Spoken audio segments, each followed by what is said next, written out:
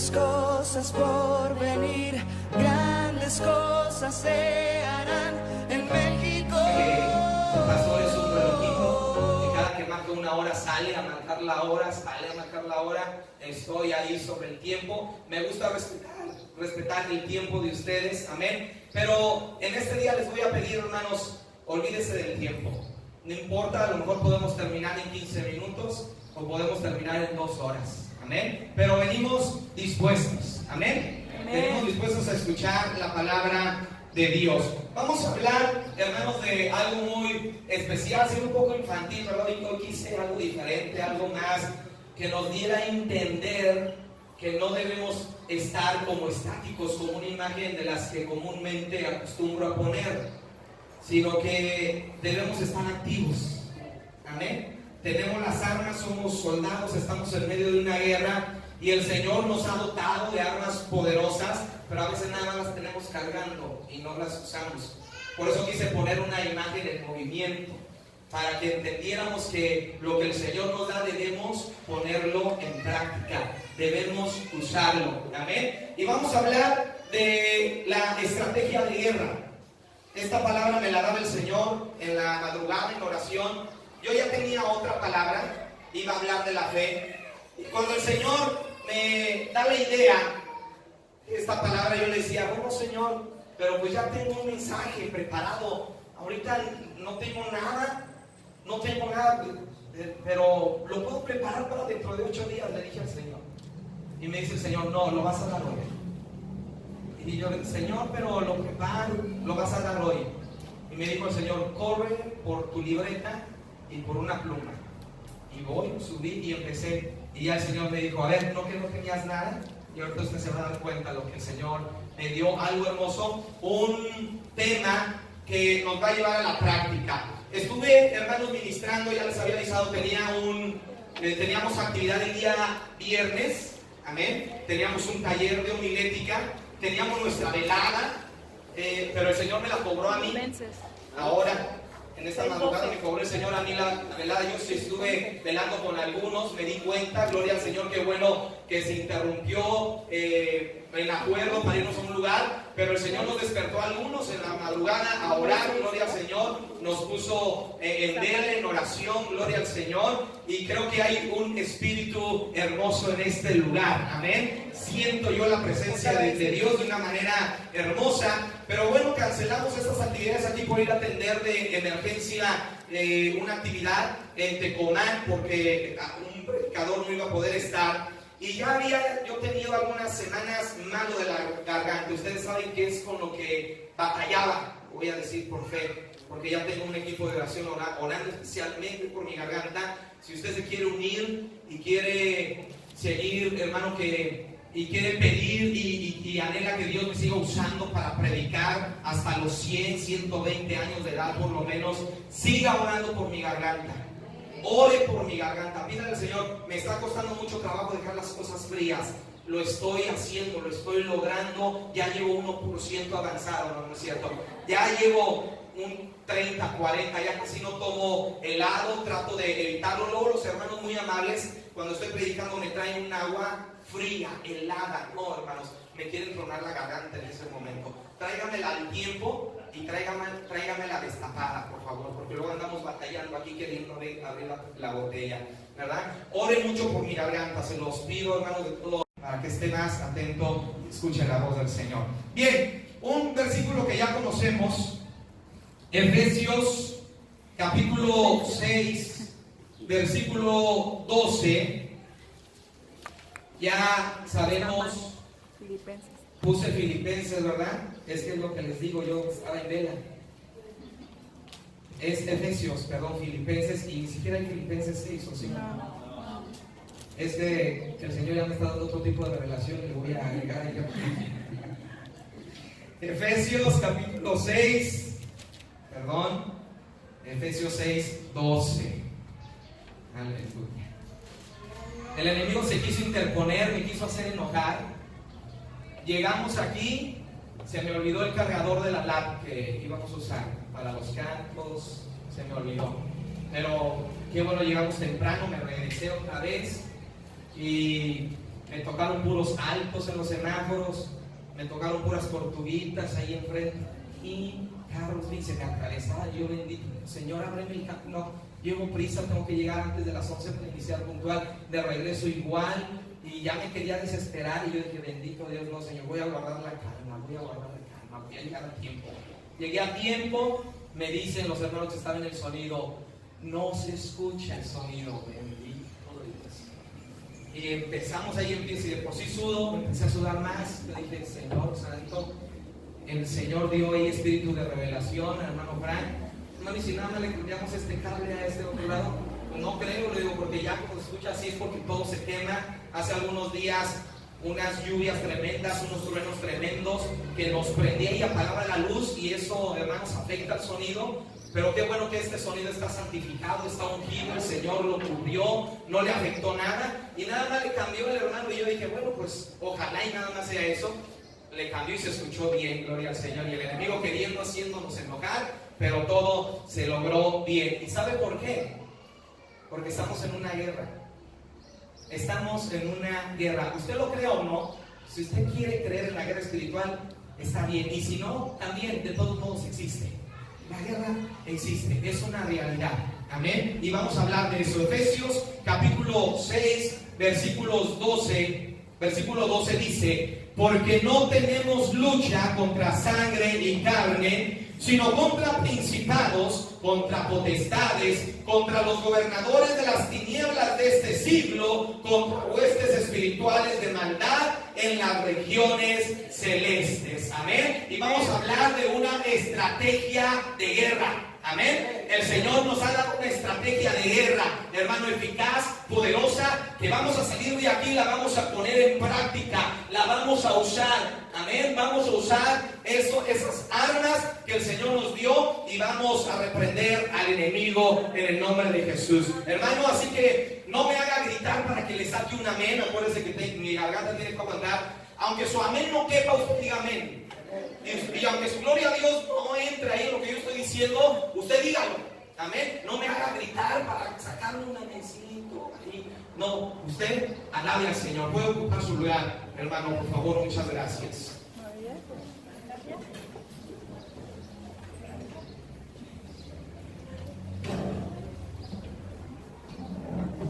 Hermanos, si hablo del enemigo, que el Señor lo reprenda. A ver, otra vez pónganse de pie. Pónganse de pie. Con que nos regresamos, con que no. Pónganse de pie. Hermanos, por favor, miren, aunque su amén no quepa, usted diga amén. Aunque su gloria a Dios no quepa en lo que yo esté diciendo, usted glorifique al Señor. No me haga gritar para sacarle un amén. Amén. Gloria a Dios. Vamos a hablar de una estrategia poderosa de guerra. Puedo ocupar su lugar. Gracias. Si hablo del enemigo, que el Señor lo reprenda. Yo sé que aquí hay otro espíritu, un espíritu diferente. En ninguna manera, hermano, cuando hablamos del enemigo va a ser para exaltarlo. En ninguna manera.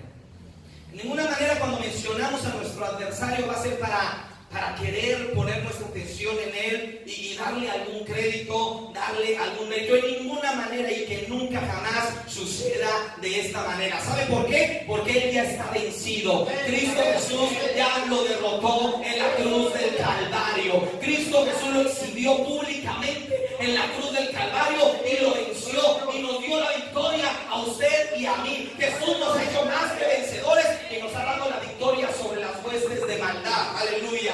Pero, hermanos, si la Biblia dice que estamos en guerra, ¿no lo acabamos de leer en Efesios 6:12? Bueno, si la Biblia dice que estamos en guerra y que estamos luchando, hermanos, entonces se hace necesario conocer a nuestro adversario.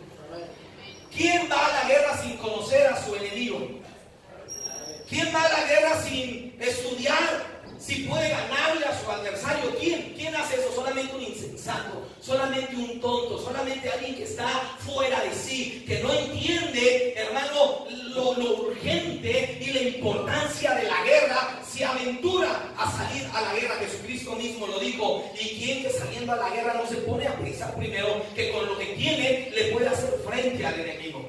Amén. Es necesario, dice la Escritura, que conozcamos al enemigo, que conozcamos a nuestro adversario, amados hermanos, porque según a los Corintios, capítulo 2, versículo 11, dice el apóstol Pablo que debemos conocer sus malas intenciones. ¿De quién? Del enemigo, del adversario, que debemos nosotros conocer muy bien sus planes, que debemos, hermano, que no debemos ignorar sus artimañas, la forma en que trabaja, la forma en que opera, no debemos ignorarlo. ¿Y sabe cómo no lo vamos a ignorar? Cuando nosotros pongamos atención en él, lo estudiemos, lo analicemos y entonces vamos a conocer, ya te caché, diablillo, así trabajas, muy bien, ok. Y luego en esta situación no es porque le estemos dando crédito o porque estemos enfocados en el diablo o porque queremos exaltar siempre al diablo. No, la Biblia me dice que estoy en una guerra y que necesito conocer su forma de trabajar. Necesito estudiarlo, amén. Y la Biblia nos enseña que el enemigo está bien organizado y nosotros en esa organización frente al enemigo debemos tener una posición. Dios nos ha dado una posición muy clara. El enemigo, hermano, está bien organizado y lo dice Efesios 6:12 que leíamos. ¿Cómo está organizado? Dice la Biblia que tenemos lucha contra principados, contra potestades, contra los gobernadores de las tinieblas de este siglo y contra huestes espirituales de maldad. Es una jerarquía que el apóstol Pablo comienza a enumerar de arriba hacia abajo, de mayor a menor importancia. Es algo organizado, es algo planeado. El diablo, hermano, tiene estrategias para atacar, pero ¿sabe qué? El diablo mismo sabe que ya está vencido. Él no lucha para ganar. Escúchelo bien. No tenemos una guerra para ver quién gana, para ver quién se lleva el triunfo. Yo le acabo de decir que Cristo Jesús ya venció en la cruz del Calvario y que Él nos ha hecho más que vencedores, que tenemos la victoria en Cristo Jesús. De modo que la lucha no es para ver quién gana, no es para ver quién es más fuerte, no es para ver quién se lleva el triunfo, no. La batalla, ¿para qué será, hermano? ¿Se ha puesto a pensar eso? Bueno, si la guerra no es para ver quién es el ganador, entonces, ¿por qué hay una guerra? ¿Cuáles son las razones de la guerra entonces? Satanás ya está vencido y él lo sabe. Y lo sabe muy bien. ¿Sabe cuál es la lucha? Las almas, las personas.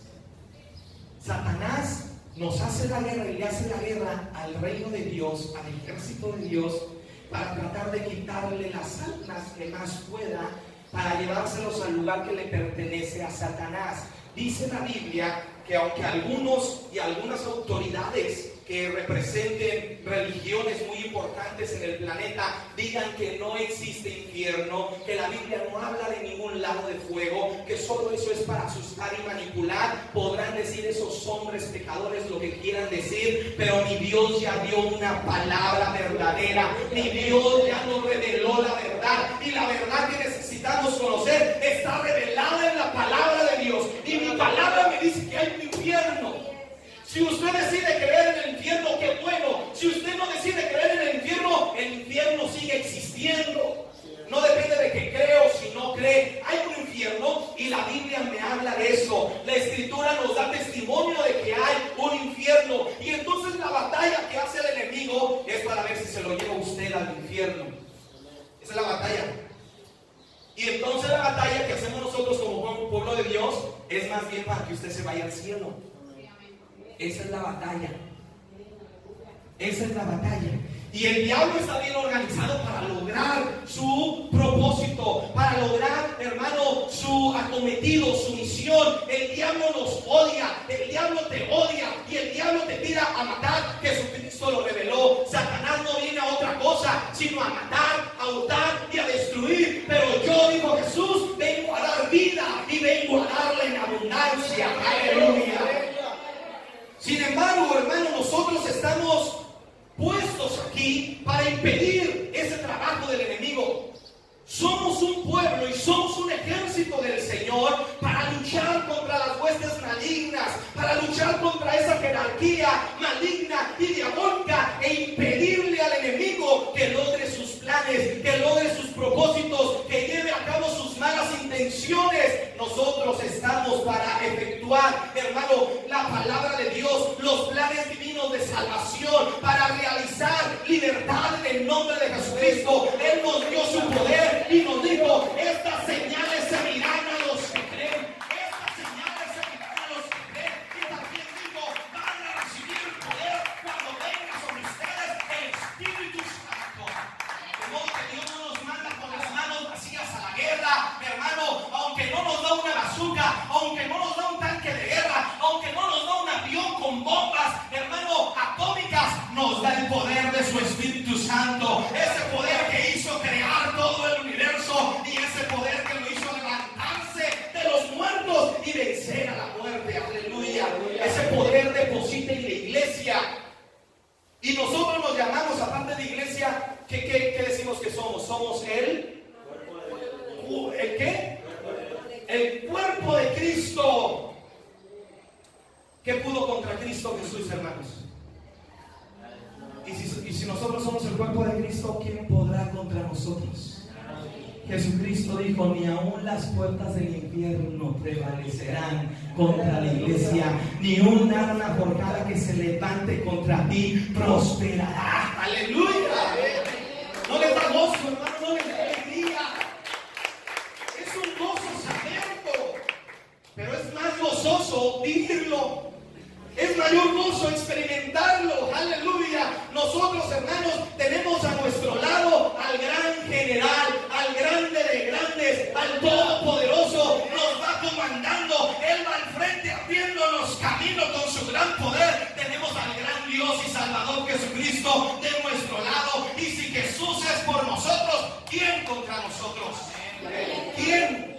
No hay nada ni nadie. Aleluya. Y el Señor nos ha llamado a su iglesia para eso. Porque ¿cómo se dice cuando se enlistan? Así, ¿verdad? Se enlistan en el ejército. ¿Sí? El Señor nos enlista en el ejército. Realmente eso es lo que pasa. No pasa otra cosa. Algunos piensan que el Señor los enlista en algunos hoteles para vacacionarla bien felices.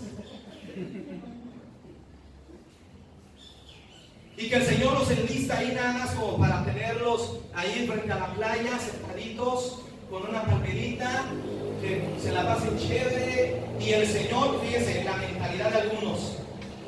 Lo peor de todo es que piensan que el Señor es el que está ahí sirviéndoles. Y que solamente están para pedirle. Y que ahí está el Señor como un sirviente. Sí, hijo, ¿qué más? Ay, ponme las chanclitas porque voy a extender la arena, no me quiero quemar. Ayer me hice pedicure, no quiero maltratar las uñas. Y pensamos que Él nos hace parte de su iglesia para que seamos beneficiados solamente. No, Señor.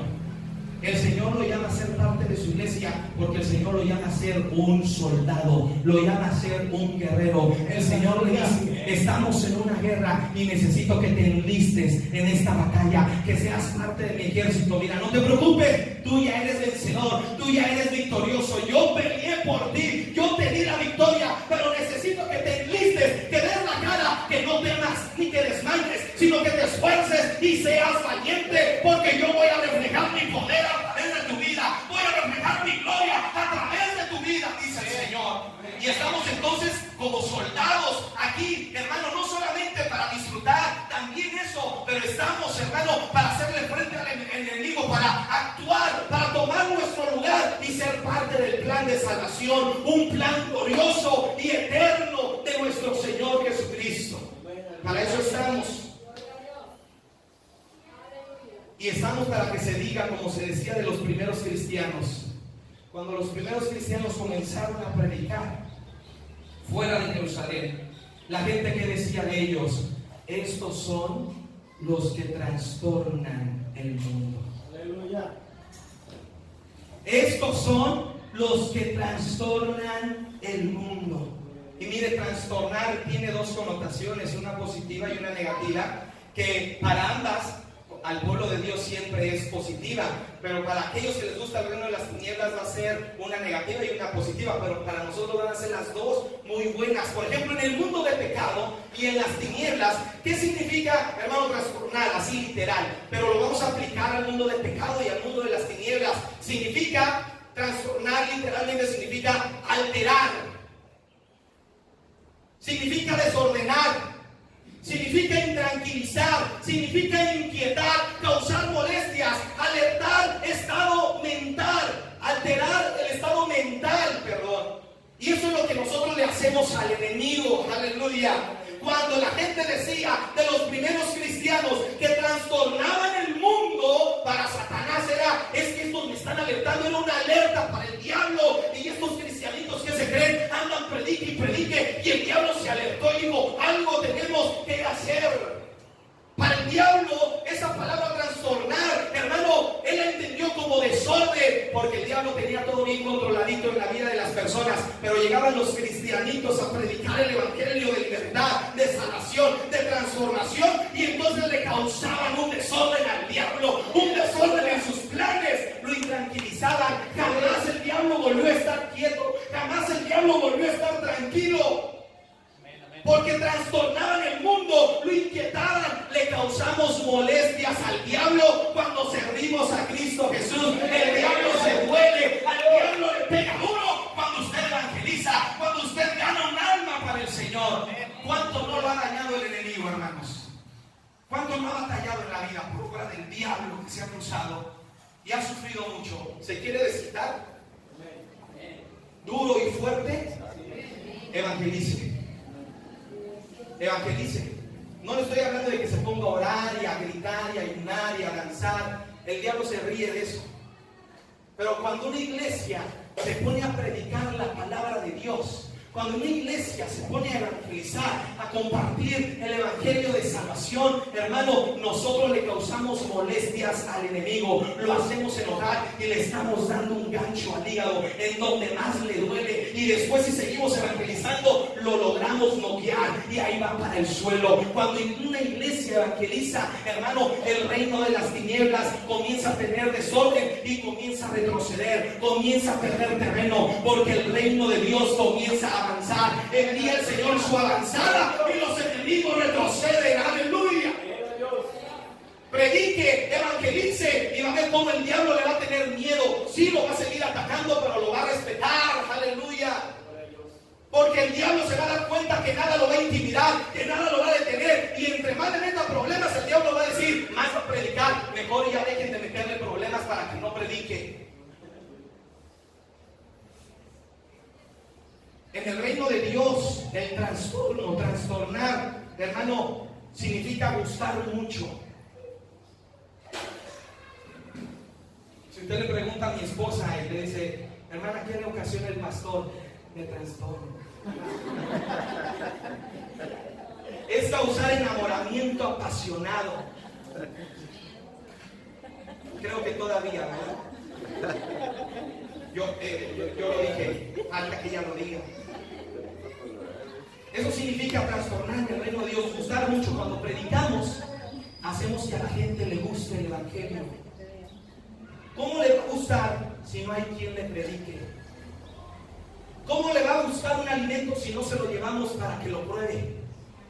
Pero cuando nosotros estamos trastornando en el reino de Dios, estamos logrando que a la gente le guste mucho. Estamos causando un enamoramiento apasionado por la obra de Dios y por la presencia de Dios. Alguien que está trastornado en el reino de Dios está apasionado por su presencia, está apasionado por su voluntad, está apasionado por los sueños de Dios. Aleluya. Lo único que está en su mente, en su cabeza, en su corazón es Dios, es su obra, es su voluntad, es el deseo de su corazón. Alguien que está trastornado por el Señor, lo único que quiere es agradar a su Dios, lo único que quiere es hacer la voluntad de su Padre. Y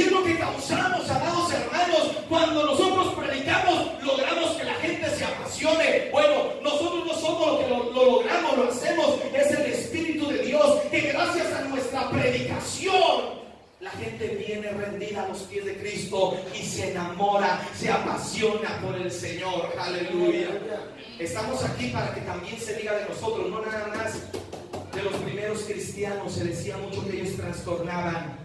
Que se diga en tu trabajo, que se diga en tu casa, que se diga en tu colonia, que se diga en tu ciudad, que se diga en tu estado, que se diga en tu país. Esos, los de Monte Sión, trastornan el mundo, están trastornando el mundo, están trastornando el mundo. Aleluya. Que se diga de nosotros, y me anima a saber, de ahora se sabía mi esposa. Gloria a Dios, yo, esta predicación, ¿sabe cómo la veía yo así en un estadio lleno? Y que la gente cuando se brincaba, se levantaba. Gloria a Dios, aleluya. Pero no sé si ustedes también velaron. No sé. Gloria al Señor. Leí en la semana una noticia. Una noticia que me dice que estamos en guerra. Y esa noticia decía que los brujos y hechiceros se organizan y aprovechan cuando los cristianos no oran. Se aprovechan. ¿Saben cuando un cristiano no ora? ¿Saben por qué saben eso? Que un cristiano no ora. Porque el poder que tienen ellos de parte de Satanás está dominando en el lugar donde ese cristianito está. Cuando se dan cuenta que el poder del brujo, del hechicero, está dominando, dicen, no, se dice cristiano nada más porque va a la iglesia, pero no ora, no ora. Y cuando no ora, decía la nota, los brujos, los hechiceros, entonces pueden hacer trabajo para su familia y maldecir su casa, su hogar. Los brujos llegan a maldecir a sus vecinos. Los brujos llegan a maldecir la calle, la colonia, el barrio, la ciudad, el municipio, la ciudad, el estado, el país. Cuando hay un cristiano y la iglesia de Dios no ora, hermano, la iglesia está perdiendo el lugar y la posición que el Señor nos ha dado. ¿Y quién toma el dominio? ¿Quién toma el control? ¿Quién toma y quién ejerce el poder? El reino de las tinieblas. Porque nosotros no oramos, estamos dormidos, amados hermanos, y dejamos que los hechiceros, que los brujos, que son emisarios del infierno, emisarios del diablo, hermano, comiencen a trabajar. Y por eso nuestra sociedad está en pecado, en delincuencia, hay muertes por doquier, hay asaltos, hay maldad. Por eso los matrimonios se están deshaciendo, por eso hay problemas en los hogares, por eso hay pleitos entre los vecinos, por eso nadie se soporta en la colonia, por eso en la colonia gobierna la prostitución, el alcoholismo, la drogadicción, la delincuencia. ¿Por qué? Porque ahí hay un cristiano que ha dejado de orar, que ha olvidado su posición en el reino de Dios y está permitiendo que el reino de las tinieblas avance y tome control, tome poder sobre ese lugar. La palabra de Dios nos dice, hermanos, que el Señor Jesucristo nos ha dado una posición muy importante. ¿Y qué tan importante es entonces la oración, mis hermanos? ¿Qué tan importante es la oración? Realmente no tenemos imaginación, hermano, de lo que puede alcanzar a repercutir nuestra oración, nuestra intercesión, porque a veces no vemos los resultados luego, pero no vemos la repercusión en el reino espiritual, en el reino de las tinieblas. A veces no lo vemos, pero nuestras oraciones son poderosas, porque nuestras oraciones nos conectan con el Dios del universo, nos conectan con el Dios todopoderoso. No necesitamos escalas y no necesitamos intermediarios. Aleluya. Por descuidar entonces la oración, el poder y la autoridad, el enemigo, hermano, comienza a vencer nuestras vidas, comienza a vencer con nuestros vecinos y comienza a vencer en las colonias, en nuestro barrio. Cuando el Señor Jesucristo, cuando el Señor en su palabra le prometió a su pueblo Israel y le dijo, toda la tierra que pisara la planta de tus pies, ¿qué le dijo? Será tuya. El Señor puso el límite. El Señor marcó las fronteras. No, el Señor se lo dejó al pueblo. ¿Qué tan grande y qué tan extenso quieres que sea tu territorio? ¿Qué tan extenso quieres que sea tu dominio? ¿Qué tan extenso y tan grande quieres ser? Tú vas a poner los límites hasta donde tus pies pisen. Lo mismo el Señor nos ha dicho a nosotros. El Señor nos ha prometido y nos ha dicho: toda tierra que pise la planta de tus pies será tuya. ¿Cuánto no hemos pisado, amados hermanos? ¿Cuánto no hemos pisado aquí en Villa de Álvarez? ¿Cuánto no hemos pisado en Colina? ¿Cuánto no ha pisado usted en Jalisco, en Michoacán, en otro estado del país? ¿Cuánto no ha pisado? Esas pisadas, si usted las cree, es una tierra que puede tomar por posesión. No porque a usted se le ocurra, sino porque es una promesa de Dios. Es una palabra de Dios que le dice que se la va a dar, que le pertenece, que es de usted. Aleluya. De modo que el Señor nos da la autoridad, el Señor nos da el poder, hermanos, hermanos, y somos nosotros los que le ponemos límites a Dios. Dios no tiene límites. Dios no tiene límites. El Señor nos manda a extender nuestras estacas. ¿Sabe lo que es una estaca? ¿Qué es una estaca? En el contexto de las casas de campaña, la estaca es lo que amarra, lo que extiende la casa, ¿verdad? Si yo pongo la estaca aquí, bueno, pues hasta aquí va a quedar el tamaño de mi casa. Pero si yo pongo una estaca 1 metro más atrás, la voy a hacer más grande. Y si yo extiendo mi estaca, entonces mi casa va a estar más grande. Y el Señor nos manda a nosotros como iglesia, aleluya. ¿Qué ha dicho el Señor de nuestra iglesia? El Señor ha dicho que somos una iglesia de multitudes. Ya no me gusta decir que seremos, porque yo ya me vi y yo ya vi la iglesia en fe. Y yo digo, somos una iglesia de multitudes. El Señor dice: extiende entonces tus estacas. Extiende tus estacas. Mire, en Isaías 54:2. Y voy a mencionar aquí 3 versiones de la Biblia que a lo mejor no se parezca nada a lo que usted tiene ahí, pero es lo mismo.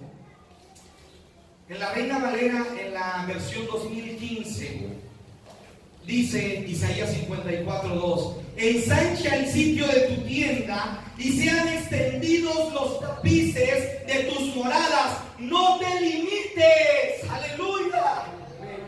Qué lástima que no tengo tanta voz, porque quisiera gritar como loco. Dice la Escritura: no te limites. No te limites, porque Dios es un Dios sin límite. No limites el poder de Dios en tus pensamientos. Debes soñar en grande y debes esperar en Dios en grande, porque tu Dios es grande. Cuéntame tus sueños, cuéntame tus anhelos y te diré el poder de tu Dios. Cuéntame lo que tú sueñas, lo que tú esperas, lo que tú crees, y yo te voy a decir el tamaño de tu Dios, dependiendo del tamaño de tu sueño. Y dice la Escritura: no te limites. ¿A quién le dice? ¿Le dice a Dios? Es una oración: Señor, no me limites, por favor. ¿O es Dios hablándonos a nosotros?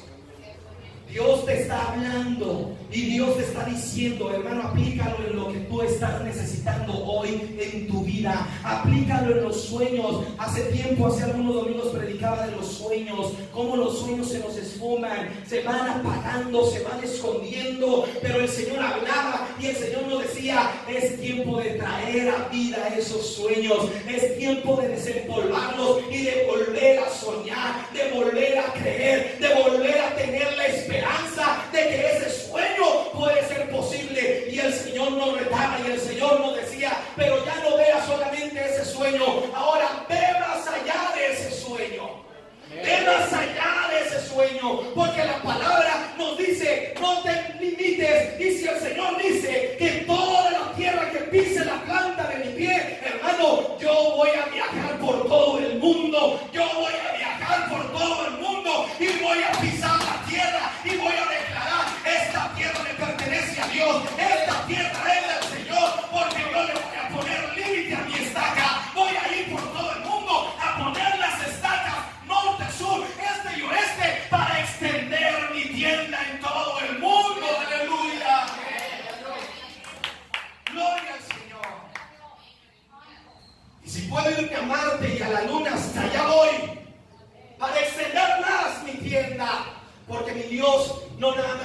tierra.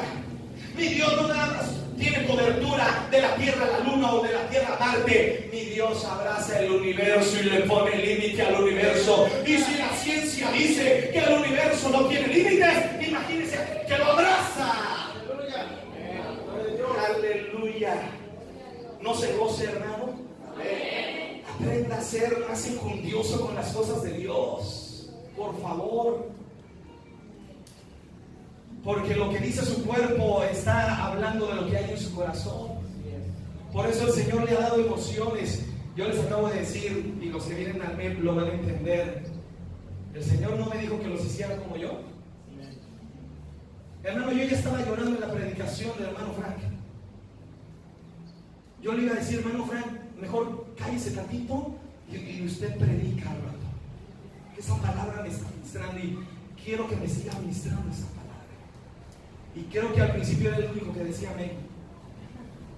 Los demás hermanos, ni modo, hermanos, a veces soy duro, a veces soy fuerte. Y no se pongan el casco para las piedras, porque si no, ¿de qué sirven las piedras? Si se pone el casco va a seguir igual. Quíteselo para que haya un cambio en su vida. Es palabra de Dios. Aprendamos, hermanos, que haya un cambio en nosotros.